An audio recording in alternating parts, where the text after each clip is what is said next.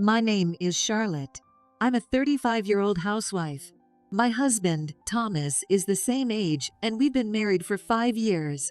We both used to work, but I quit my job when our first child was born. We are blessed with 2 children and happy, but Thomas's company went bankrupt.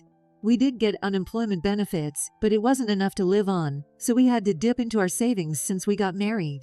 After a while, Thomas found another job, but his salary isn't enough to maintain our previous standard of living, so we're barely making ends meet even now. Given the situation, I wanted to work too, but I haven't had any luck finding a job. Whenever I go for an interview, they express concerns about my parents living out of state and not having anyone to watch the kids in an emergency or being unable to work during the adjustment period for daycare. The city office told me that sometimes you can get daycare approval even if you're job hunting, but when I looked into it, I found that getting a spot for kids under 3 is much harder than I thought. Daycare approval is prioritized for those who are already working, so unemployed people can't even apply for the first round of slots starting in September.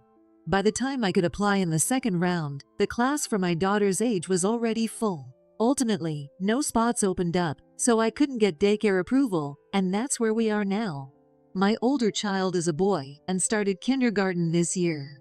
I was told that classes for kids from age 3 can be joined without city office approval. My younger child is a girl, and she will start kindergarten next year, and I plan to work part-time while she's there.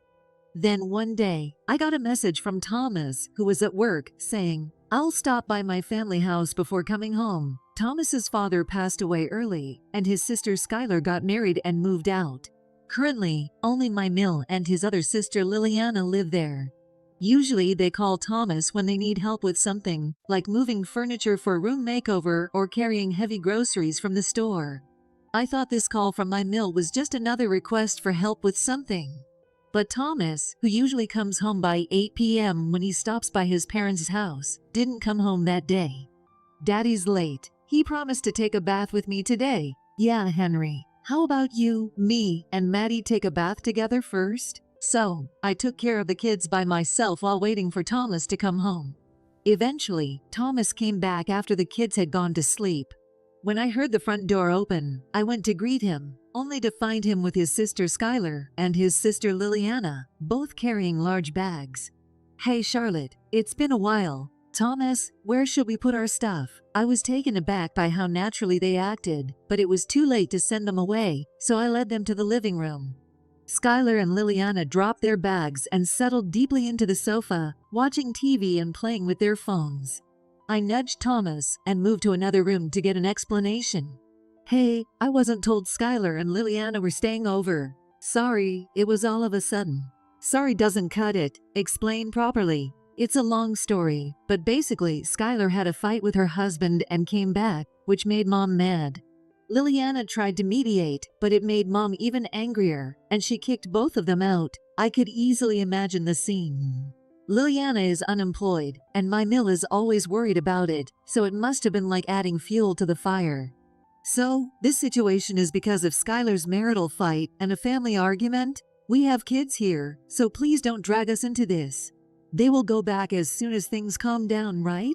"No, I decided to take care of Skylar and Liliana. Starting today, they'll be living here." "What? Don't make such a big decision without consulting me. We're barely getting by as a family of 4. We can't handle more people. We don't have enough money or rooms. Come on, they have nowhere else to go. We can clear out the kids' room for them, and we'll manage the money somehow. Please, just bear with it." And just like that, we ended up living with my Sills. Neither of them showed any intention of working, nor did they help with housework or take care of the kids. My household chores increased, and I had to keep accommodating them even when I was home, which was stressful. Skylar often went out to have fun. She usually came back in a bad mood, but sometimes she returned with loads of shopping bags. "Hey, Henry, I'm in a good mood today, so here's something for you." "Wow, it's the transformation set I wanted. Thanks, Skylar." My son was thrilled, but I had mixed feelings. "Skylar, we only give toys as gifts from Santa on Christmas and birthdays. We can't accept such an expensive gift." "Oh, come on. I won this at the casino, so just take it. Don't spoil my good mood. You're such a buzzkill." Thomas told me that Skylar spends a lot of time at the casino. Apparently, her fights with her husband and my mill were also because of her casino habits. Skylar's inconsistent behavior, sometimes spoiling the kids with toys and candy, and other times being irritable, seemed to be making Henry more spoiled. I worried that her influence was bad for my son and daughter's upbringing. On the other hand, Liliana, who calls herself a YouTuber, was always singing and dancing loudly without regard for our thin-walled apartment. "Liliana, this isn't your mom's house, it's a rental, so please stop. What's the problem? Did someone complain?" "Not yet, but it's only a matter of time. We need to be considerate since we live close to others. If no one has complained, what's the issue? I need to practice and stream as a YouTuber." Henry and Maddie's crying is much louder than me. Do something about them. No matter how much I tried to reason with her, Liliana wouldn't listen. Eventually, the neighbors started complaining, saying things like, "Stop playing loud music, don't sing at night, and we can tolerate kids' noise, but adults should be quiet." Today, I called out to Liliana, who was making noise again, but got no response. I had no choice but to enter her room. "Liliana, I told you to stop because it's bothering the neighbors." She glared at me with an intense fury. "Do you know what you've done? I'm live streaming." "Liliana, Don't call my name, just get out." Her shouting scared my daughter, who started crying. "Ugh, you're the loud ones. Keep her quiet." I could only focus on calming my crying daughter. Even though I'm the one who has to apologize for the complaints, Liliana never shows any remorse or improvement. Just as my daughter calmed down and fell asleep, the doorbell rang. Expecting another complaint, I reluctantly answered, but it was a delivery. It was a package for Liliana from a shop I didn't recognize. Out of curiosity, I decided to investigate what kind of things she was buying, even though I couldn't open the package. The package Liliana received turned out to be from a brand that costs thousands of dollars per item. The fluffy dresses Liliana often wore were from the same brand. While I couldn't even afford new clothes for myself, Liliana was spending a fortune on clothes despite being unemployed. It was clear that with Skylar and Liliana's spending habits, we couldn't make ends meet. Since Thomas was giving them money, I asked him out of concern. "Skylar and Liliana are spending too much. How do they afford casino trips and such expensive clothes? They're not borrowing from shady lenders, are they?" "Don't worry, they're not borrowing from anywhere. We'll manage the money somehow." "Really, it's fine," Thomas insisted, seeming to have some source of money. I honestly wanted Skylar and Liliana to go back to their home, but I put up with it. About a month after Skylar and Liliana started living with us, I got a message from a high school friend who had just had a baby. I decided to buy a gift from my personal savings from when I was single. Before I got married, I lived with my parents, so I was able to save about $40,000. This money was originally intended for the wedding. However, my mom told me, "Money you saved before marriage is important, so don't spend it. Keep it for emergencies," so I left it untouched. I planned to use it for a down payment on a house someday, but this was for a dear friend. Despite our financial struggles, I couldn't do nothing, so I decided to withdraw a small amount. However, when I went to use the money, the ATM card, which I had put away carefully, was missing. At first, I thought it had been stolen, but there was no sign of a break-in. I thought I might have misplaced it, so I decided to search for it later and opened the bank app. Then, I saw that the balance was much lower, about half of the original amount. Checking the withdrawal history, I saw multiple withdrawals made after Skylar and Liliana moved in. I was certain that Thomas was behind this. Since this money was meant for our wedding, Thomas knew about the savings. I used the same PIN for all my bank accounts, and shortly after giving birth, I had Thomas withdraw money from another account, so I had given him my PIN. He must have remembered it. Learning that Thomas had been using my savings to support his sisters was the last straw. I decided to consult a lawyer. The lawyer said, theft between family members is exempt from criminal charges, so legal action is difficult. However, any savings from before the marriage are personal assets, so you can recover the money used from your savings separately from the property division or alimony if you divorce. The bank agreed to freeze the ATM card immediately after I explained the situation, and their response was prompt and supportive.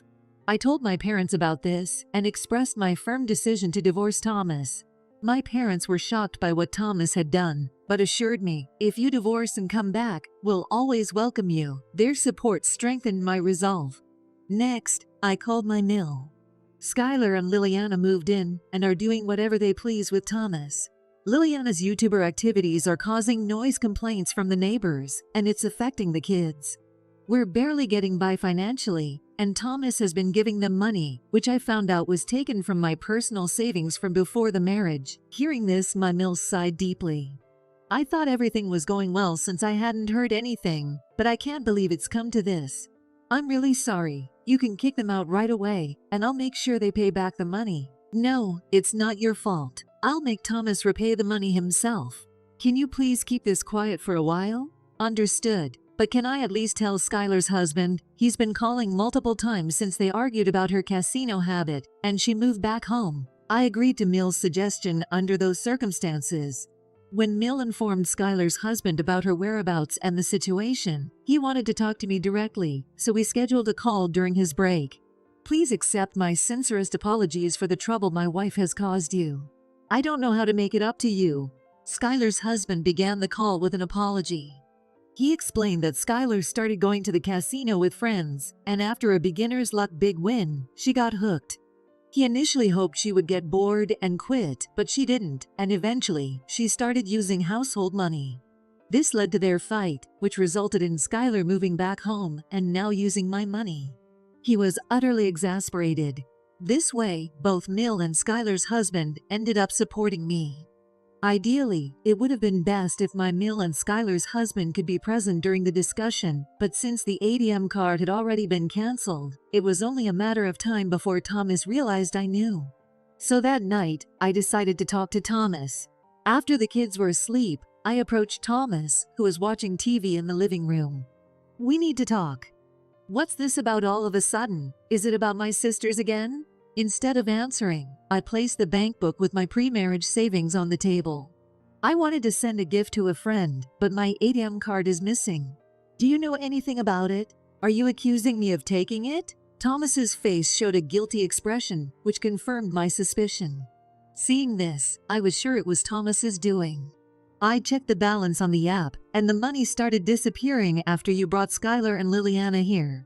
It's clear you used it. What were you thinking? You took them in without consulting me, and you were supposed to manage their expenses on your own, right? Thomas then had the audacity to act defensively. Come on, I just borrowed a little of our money. We're family, and we should help each other out.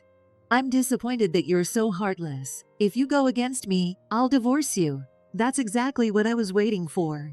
What? You can't be charged for stealing money between spouses, but it's different if we divorce. This money is my personal asset from before the marriage, not marital funds. Since we're divorcing, you'll have to pay back every penny you took. Wait, what? You can't be serious about the divorce. Calm down. I'm not waiting. You suggested divorce to manipulate the situation to your advantage. That's emotional abuse. Since we're divorcing, I'll also claim compensation for all the emotional abuse. Thomas protested, but the next day, I packed up and moved back to my parents' house. I proceeded with the divorce through a lawyer. Thomas ended up with substantial debt due to property division, compensation for emotional abuse, and repayment of my savings. Additionally, he had to pay child support until our kids reached adulthood. Skylar also received a certified letter from her husband, leading to a divorce due to her excessive spending. She was also ordered to pay compensation. Liliana was sued by neighbors for repeatedly ignoring their noise complaints. The three of them, desperate, turned to my mill for help. Mom, please help us.